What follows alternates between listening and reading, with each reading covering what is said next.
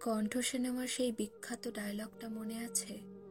শুধু কথা বলা হয়নি বলে কত সম্পর্ক ভেঙে গেছে। শুধু কথা বলা হয়নি বলে কত মানুষ আমাদের থেকে দূরে চলে গেছে। এই কথাটা আসলেই সত্যি।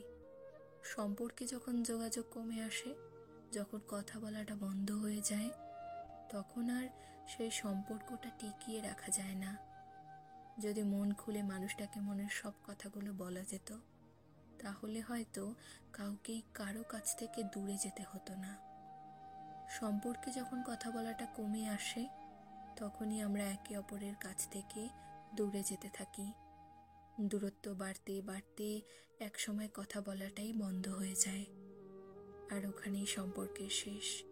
এভাবেই এই শহরে অসংখ্য সম্পর্কের সমাপ্তি ঘটে, শুধু কথা বলা হয় না বলে।